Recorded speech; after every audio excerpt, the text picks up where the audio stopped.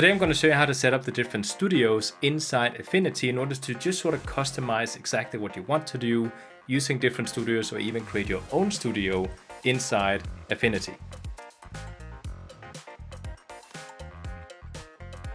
So Affinity has allowed for us to create our own custom studios inside Affinity, which just released completely for free.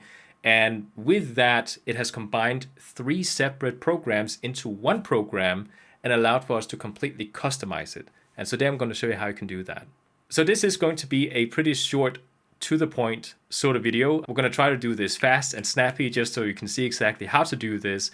Essentially, when you install Affinity by default, you're going to have 4 different studios inside at the top here. So basically you can swap between vector, pixel, layout, and Canva AI, which is the paid feature inside Affinity's Canva premium sort of subscription. Now, in order to customize this bar, we're going to click on Studio Manager on the side here.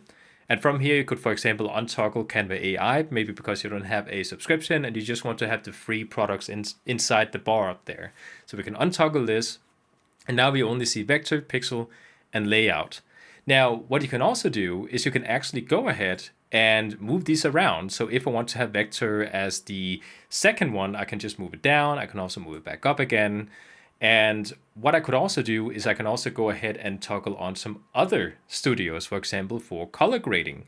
And then you can see we get color grading up here. But now, what if we can create our own studio? That would actually be kind of nice, because creating our own studio for our custom, whatever we're trying to do with this program here, is something that a lot of people have been wanting to for many years, but we haven't been able to because we didn't have a program like Affinity.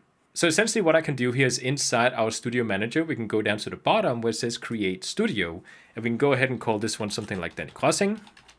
And that is going to be for my YouTube channel here. So I'm going to have specific tools for this particular YouTube channel. And what I can do is I can go and pick a color. Let's go ahead and pick something like yellow. I'm going to pick a icon like this one over here. And I'm just going to go ahead and add in some random text inside the description. And then I'm going to say create. And now I can see we have a Dani Krossing studio at the top inside my studio bar.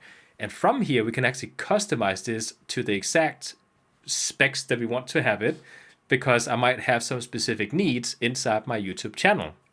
Now, when I hop on top of it, you can also see we get the description at the bottom there, which is just kind of neat, so you can see exactly what the studio is for. But if I want to customize it, I can actually go and right-click on the bar at the top here, say Customize Toolbar, and from here I can go ahead and say I want to customize the toolbar or the tools or the panels. I can just sort of toggle them on and off. Very, very user-friendly, by the way. So if I want to add some tools, I can say, well, okay, I need to add some vector tools inside this particular toolbar. So if I want to, for example, have the artboard tool, I can drag that up there.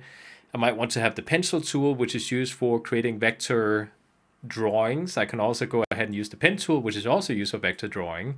And let's go ahead and see if we have some, let's say, some text tool. This is the artistic text tool, which I don't know if that's for the layout tool up here or for the layout studio, but hey, let's go ahead and add it in, because that is kind of a neat tool. And in this sort of way, we can just kind of go in and start adding all these different tools from all the different studios. So you can see we have photo down here, which is a category. So if I want to use the clone brush tool, I use that quite often. I'm going to drag it in and put it in here. We can also go ahead and add them together inside. When you click on a tool and it gets this little drop down here, we can also add them in there. So I can just drag it in. And all of a sudden, so we don't have tools all the way down the bar, I can do kind of like a subcategory system where we can go in and click on a tool. Let's say I want to drag this up here and just add it inside as a tool here. Maybe because these are all vector related, I might add them in as a vector thing. And in this sort of way, we have a customized toolbar, which is so nice. We can also actually customize the toolbar, which is the one at the top here. I know I called this one a toolbar, but that is more or less just a tool. So if I want to, for example, be able to align things, I can go ahead and drag that up there. So now I can align items inside or objects inside our composition down there. I can also go ahead and say I want to auto colors. So I'm going to add that up in there as well. I can also go ahead and move them around if I want to. Let's say I want to have that over here on the side instead. Maybe the snapping tool, I want to have that over here. I can also, the export button I might use fairly often, so I'm going to put that over here. Let's go back one, let's put that up there. And in this sort of way, we can just sort of customize how exactly this is going to look like. We can also add other panels. So for example, if I use brushes quite often, let's go ahead and toggle that on there. So here are my brushes. I'm going to move it. Let's put it on the side over here because that's a really neat place for my brushes. I might add that in there. And just to kind of show that we can customize this in the exact way we want to in order to get this very awesome looking studio that we might use for a particular thing. So if I close this back down, you can now see that when I swap between different studios, all the tools are changing because essentially, you know, these are different studios for different types of things. If you want to also edit your studio, you can go ahead and right click and say edit Dani Krossing, and then you can see we can edit the studio in here. Then you can update it. We can also go ahead and delete studios by clicking on the studio manager again, right clicking the studio down here and say we want to delete the studio. Now, if other people online has made a studio that is quite awesome for a particular thing, you can also import them or export it for other people to use.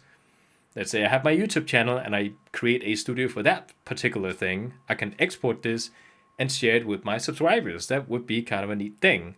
So in this sort of way, we can go in, let's go and delete this one, and just sort of, like I said, customize this in any sort of way we want to. And that was hopefully a short tutorial on how to set up the different studios inside your Affinity. Thank you so much for watching, and I'll see you guys next time.